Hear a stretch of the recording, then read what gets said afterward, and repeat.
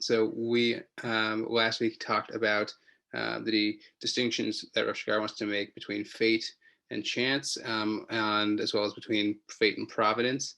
The question of could something happen in sort of any way? That all of the options are open, so things like associated with chance, versus something happening for a specific reason, and like for a good reason, which he associates with providence, and then fate being a sort of intermediary category where things could only happen the one way, sort of whether you think of it as a Greek tragedy or a divine decree, which we'll see more of this week. There can only be one way, but there's also no like good reason for it. It's just that way because it's that way.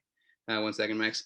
And then he from there went to talking about the Rambam's distinction between will and wisdom to line up with divine decree and divine providence, respectively, and then how for Rambam those two categories sort of blend, and Rav Shagar wants to go beyond that sort of distinction.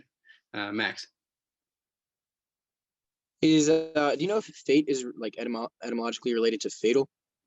In that, I don't know, but also we're working with in the Hebrew was, if I remember correctly, it's goral. Oh, right. Okay. From there, Rav Shagar want to talk about getting beyond the ideas of divine decree and divine providence to talk about some sort of divine chance. And we'll pick up there with the last paragraph of what we were looking at last week, and then I'll move on from there. 1 second, share my screen. Okay. It is in this context that we regard chance. Chance, as we have said, is indifferent, meaningless. Life lived by chance is similar to the life of a drunkard who lives with no cognition of his actions, rather moves randomly from one thing to another.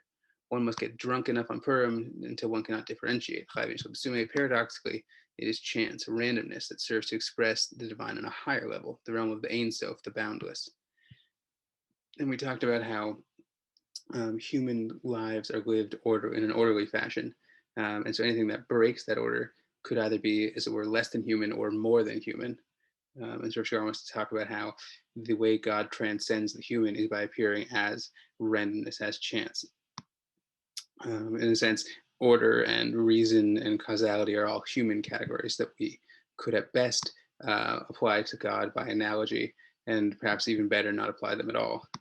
Chance is rooted in God's essence mamash, which is known through not knowing. That is, it is connected to that place where our own knowledge is meaningless and any clarity returns to mere unintelligibility. There, in the light of the Ein Sof, the possible itself becomes essential. We talked about how he talks about the two medieval and even ancient categories of things that are accidental and essential, and things that are essential have to be that way, and things that are accidental could be that way, could be not. So he talks about the way the possible, what you think is always sort of inherently accidental, is itself essential. That is sort of paradoxical, this paradoxical idea that the way things have to be is any way, that the God's essence implies a certain randomness, because any degree of order is already a human thing. This chance is possibility. However, when the possible is understood as having its own independent existence, it becomes essential and capable of uniting will with intellect. That's where we left off last week. Any questions, thoughts at the moment? Okay, so we'll push on through this drasha and then hopefully get to at least one more drasha tonight. So we can explain this differently. We need to turn this from talking about sort of God and chance in a more abstract plane to a more direct and concrete existential discussion. It says, you may ask yourself from time to time, why am I what I am? Sorry, did I hit record? Make sure I'm recording. Yeah, I'm recording. Cool. On my screen, it says recording. Yeah, I found it. Okay. 1 second. Okay. Let me explain it differently. You may ask yourself from time to time, why am I what I am and not something else? One answer is, this is what happened to you and what happened to your life. This is the answer of a Malek. Right? So Shagar is going to be working with the category of a Malek that comes from Tanakh, but already in Chazal becomes a much broader idea than just a specific people that is in Tanakh, and really in Chassidut becomes made into almost mystical concept. Even before Chassidut and Kabbalah, but Chassidut makes a lot of this, that determining what's sort of the inner Melech, or the existential category of a Melech. So for Rav Shagar, he's saying here that what a Melech is the idea that there is no meaning to life. There's no meaningfulness in life, that everything is random and therefore meaningless. So this is the answer for Melech. There is no pre-existing meaningfulness to life. Rather, randomness is the governing force in the universe. There's no transcendental meaning waiting to be discovered. Right. So that's the first way of answering, why am I the way I am? Why is my life the way it is? Because it is. Because there's no meaning to it. It's just the way. That's totally random. Ended up that way. The second answer is, the entirety of your existence is an exact reflection of your inner being. Right. Nothing that you are is the result of chance. Right. This corresponds to the category of fate. Right. You have an inner nature that just, your life is the playing out of your genetics and the way you were born. You were born into a certain society with certain predetermined characteristics, and that's just working out. Your life slowly unfolds in the only way it can unfold. A third answer is, this is your what? Fate. This is the will of God. Right? So this is the same answer, essentially, just that it's the will of God instead of um, the so instead of random way you were born. These three answers, however, seem to leave one out in the cold. Infused as they are with indifference, they all leave something important unsaid. They do not satisfy. In the boundless freedom of the divine, nothing is forced, for possibilities endless. Everything may exist, everything that may exist can exist. Explanations can wait. And so all three of these options leave you either don't have any reason to things, or nothing, no meaningfulness to things, or things can only be sort of in one way. And Ashar wants to have both. Wants to have the idea that things can be meaningful, and that they can still sort of be random. And I'll come back to that one second. I want to say, looking at this last line, everything that may exist can exist. Explanations can wait. And this is very important for what we've been talking about, which is Rav Shagar's continued insistence on trying to separate the human from the divine, and then also the real from the verbal. That, like, what happens in the world is separate from our explanations of what happened. Everything that may exist can exist. Explanations can wait. We're going to see that again in another piece, the last piece we do, or one of the last pieces we do here. But the basic distinction is very important for him, that neither, like, of God, the world, and man, none of the three entities are primarily or at all, like, inherently connected to words and explanation. Words and explanations are human things we use for making sense of the world, for making sense of God, and even for making sense of ourselves. Right? We are not fundamentally logical creatures. Logic is a sort of upper level of ourselves, but it's not the most inherent level of ourselves, and it's not the deepest or most core level of ourselves. So what Shagar wants to get at here is to say, I am who I am because God made me this way, but not for any, like, reason, not anything I could explain, because any explanation is always going to be an explanation, right? It's going to come after the fact of my existence, be my attempt to make sense of it.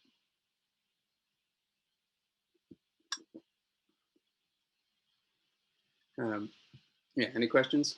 Any thoughts? Aaron, I can't see if your hand's up.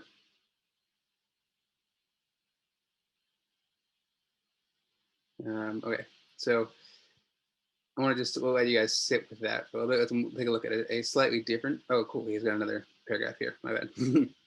Great. Freedom from this burdensome query comes only through the loss of the rational. Well, right, getting away from this question of why am I the way I am is achieved through stepping away from the rational by way of inebriation that erases all difference and brings us to a state of equilibrium. They said last time, the time before, Shagar's Purim drushes are just like full of lines like this about, if only you need inebriation, intoxication to achieve this state. And the other drush out, he just talks about it without drinking, because the drinking thing is a Purim theme, but it's not necessary to bring us to the state of equilibrium. I have to check. I think the Hebrew there is hishtavut, means equanimity. It's a sense of everything being equal. because all differentiation on some level is something human that we apply. This is the place where both Haman and Mordechai are the same. This is the place where there is no good or evil, no hierarchy of more or less important, no chance, and no meaning. Everything reflects upon its creator in an equal fashion. In this place, the distress of chance and meaninglessness vanishes. Right? It's not that chance and meaninglessness vanish; it's the distress of chance and meaninglessness vanish. They stop being distressing. Here, one can taste his life fully, as it really is, the full joy of the Ein beyond all reason. Acceptance of chance returns us to the very root of the divine Ein Sof, fully acknowledged, unknowing. All is what it is and needs no external justification. This builds on what we were just talking about. All is what it is and needs no external justification. His words, justification, explanation are always external to what is, to the world and the events in it, and to myself as a part of sort of the divine world, the world as manifesting God. Um, because here one can taste life fully. And in some sense, to live life fully for Rav Shagar is to live life as it is without trying to explain it or try and get to some sort of higher or lower explanation of it. It's just that life is what it is, what it is. Um, Someone once asked me if Rav Shagar would agree with Rav Kook that then there the explanation of Rav Kook that life is that sort of the goal of life is to live life fully. And they're like, yeah, but they would have very different ideas of what that means. And for Rav Kook, there's always some sort of good explanation or to life that can sort of help you get behind life. The meaning of life is somehow separate from life as you immediately experience it. Versus for Rav Shagar, life is always about like the whole, life as you immediately experience it. And so in order to live life fully, it's to stop trying to give explanations for things and just experience them as they are. Yeah, Ellie. Um, do you think in the end of the day, Rav Shagar would, like, on a metaphysical level, agree with Rav Kook? He just thinks it's just not something that, like, human beings who are so like, they're just completely inadequate in terms of, like, experiencing the world, like, as, like, all divine light, which way Rav Kook describes it. Like, it's hard to think that, like, Rav Shagar disagrees. He may just think that, like, for the human experience, that might not be, like, the right, let's say, like, method of cleanup, we could say. I think that where the disagreement lies is in the relationship between human perception and divine manifestation. That on some level, Rav Kook is still working with sort of a more sort of Chabad idea. He's not there entirely with Chabad about this, but he's in many ways where the human perception is an illusion. For Chabad, Tzimtzum is something that happens within human perception. The God's withdrawal and the is something that is essentially a function of human perception. The idea that divine absence of God not being present at all times in all places is something that happens within human perception. And so part of sort of the goal of Chabad thought is to get outside human perception to sort of realize that the world is an illusion, and that's the way you can access for fundamental divine oneness. And Rav Kook doesn't really quite want you to do that. He wants you to recognize God within the world. But the way you still do that is by recognizing that human perception of the world is incomplete at the very least, if not itself somewhat illusory. So the best example is like secular Zionism. That for Rav Kook, to perceive secular Zionism as something secular is to misapprehend it. It's to not perceive the full reality of what's going on. Another really good example is because he says this explicitly, is that we experience the world as multiple things, as lots of different things all happening, interacting. He's like, no, you have to realize that really the world is just one thing. But for Rav Shagar, human perception itself is divine, is that God wants us to perceive the world the way we perceive it. In this sense, while Rav Kook also draws very heavily on the Nefesh Chaim, Rav Shagar does it in some ways more intensely. Nefesh Chaim's whole critique of Chassidut is that it tries to get outside human perception. And Rav Shagar says the same thing. We have to be able to live within like the real ways we perceive the world and not try and ignore that. Any other questions? Yeah, Max. So I mean, I understand the perspective of the ability to give up on the need for external justification. Is there any time that that we can want an external justification, and what warrants that? Or is that always is that want tied up or bound up with that same problem with the need for it? I think that so I would say a couple things. One, I think that it's problematic only when you when you really want it and because you feel it's necessary, right? When it can still serve the role of justification. But the application here might be a question of like ta'amei hamitzvot, right? So Rambam sees, and Rav Shagar talks, the Rambam sees ta'amei mitzvot as fundamentally the like justifications for the mitzvot, the reasons, like the basic, the causal basis for the mitzvot is whatever their reason is. Versus for Rav Shagar, building off like the Balatanya, mitzvot fundamentally have no reason, but you can still experience things through them. You can have like, taste, but like meaning and reasons for doing them, and it can make you feel certain things, give you inspiration, embody certain philosophical ideas, whatever you like. Each person his own, but you have to appreciate that's fundamentally secondary. On some level when you elevate any given ideology or explanation to the realm of like justification of actual basis for mitzvot or for reality, then there's something almost in the form, like a form of avodah zarah for Rav Shagar.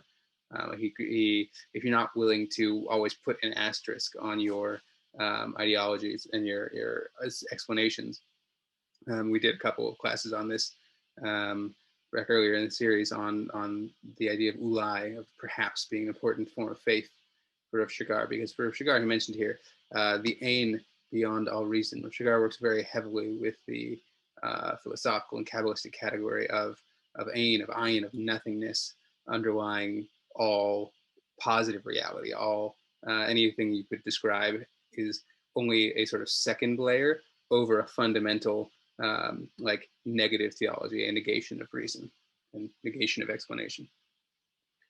So I think like it doesn't, you could still want to have some sort of like reason and justification. I think you'd have to, one, recognize it as sort of secondary. And also, Rav Shagar, I think, really wants you to want to get to this place beyond reason.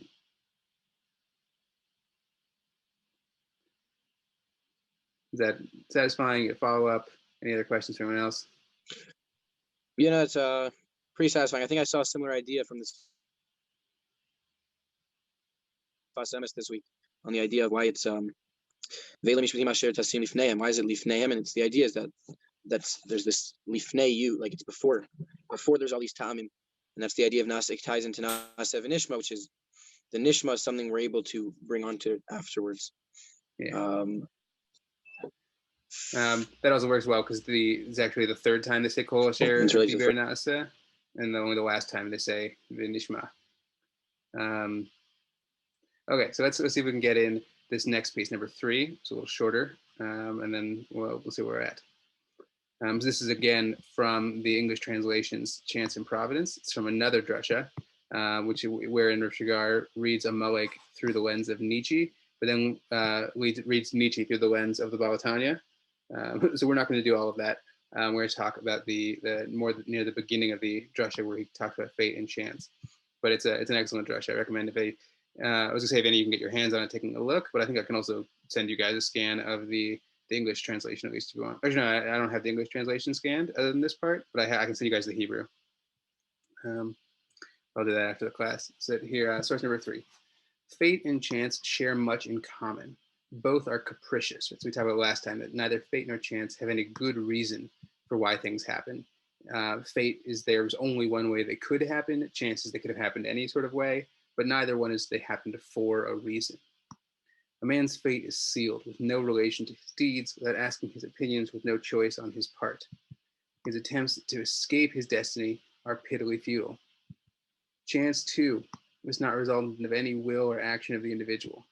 But even with their common grounding in the random, fate and chance are opposites. Chance is the unbearable lightness of being. It is the resultant of the possible, right? They're opposite because chance is as the possibility. There's no heaviness to reality. There's no substance that you run up against. Things could just be however. Things can turn out this way or that. Why did they turn out as they did? As long as as possibility exists, so too does chance, and with it, life's lack of meaning, right? There's no substance to life. There's nothing there to have meaning. It's all just sort of interchangeable options. Not so fate. Fate constricts, decides for us. Fate carries the difficult weight of being. Fate exhibits an existential depth, depth that chance lacks, right? Fate is the sort of thing you find discussions of in existentialism, in Greek tragedy, in the great dramas of human life, about the reality of like, oh, there's a story here, there's a life here, and it might have no meaning. That's certainly the existentialist conclusion, but there's a sense of emotional depth that is lacking in chance and everything being random. Unfortunately, this depth is beyond our grasp, for its source lies in the divine decree. The divine will cannot be fathomed, and so fate too is seen as arbitrary, and herein lies the source of its crushing weight. Right? The divine decree or the secular fate all feel crushing on someone because there's no meaning to it. The secret of the Megillah is the profound insight that chance is fate. The end is determined by the beginning. The only difference between the two lies in how we look at them, right? So here, already again, seeing the same distinction between what happens and how we look at it, which is always a looking backwards. Changing our point of view is, in essence, the path to victory over Amalek, the victory over chance and meaninglessness. So our point of view is going to enable us to overcome meaninglessness. Chance turns into fate the moment that one is ready to accept it as such. And if we're willing to accept the random things that happen as if they had to happen, then it goes from being chance to being fate. This choice fixes possibility and changes it into meaning.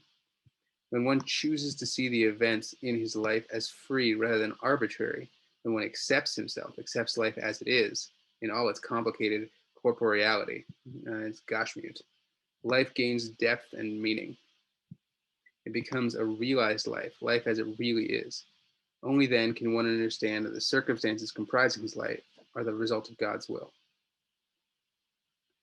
There's sort of a different like nigun here than in the previous piece from Rav Shagar.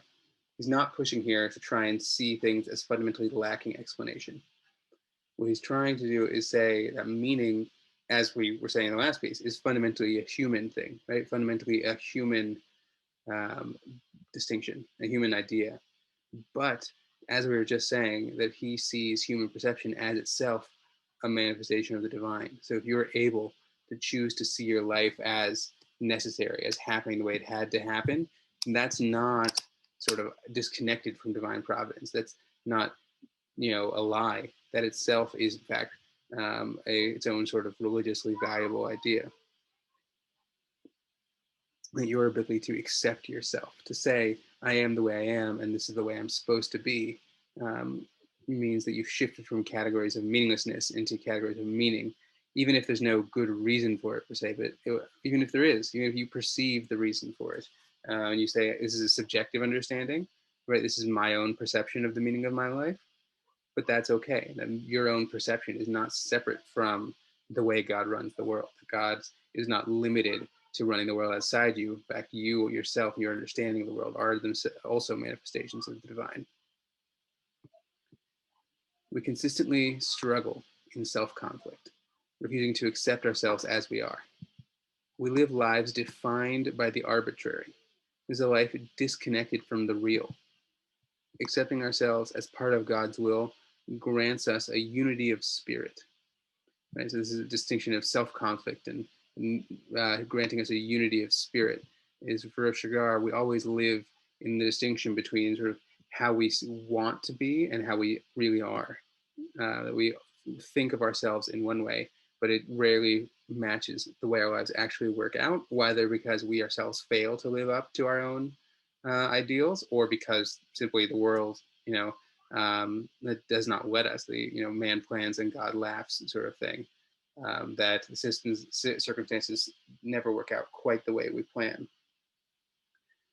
And Rav Shagar says that creates a sense of self-conflict, a disunity in our spirit that derives from having two separate images of ourselves. One, the way we really are, and two, the way we want to be. And for Rav Shagar, the answer is to stop wanting to be different than we are. That on some level, if God is in control of our lives, then thinking we should be different than we are is thinking we should be different than God wants us to be.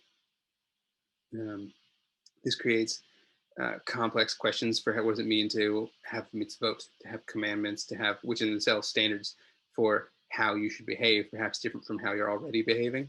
But, and it creates problems essentially in the question of the future. What should the future look like? But here, Shagar is talking more about the past. How do we relate to self in the past and present? How we got to where we are right now? And his answer is by not wishing, oh, I wish I had been someone different than who I was. I wish things had worked out differently. No, the way things work out was in fact how they had to work out. This is the secret of Israel who fights against disunity, the split personality of Amalek. This is the secret of battling the schizophrenia of being that is not one, that which one is not. This acceptance grants us being, or in the language of the Maharal, reality. That we go from being people who live in some level in our own imaginations about who we want to being, or in the tension between our imaginations of who we want to be and who we really are. And we go from there to being people who live as we really are. And what Shagar wants is to stop trying to get away from how you really are and recognize that, in fact, the way you are in this moment with all of your flaws is how God made you.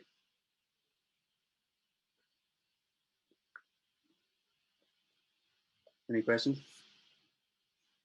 Thoughts? Yeah, Max.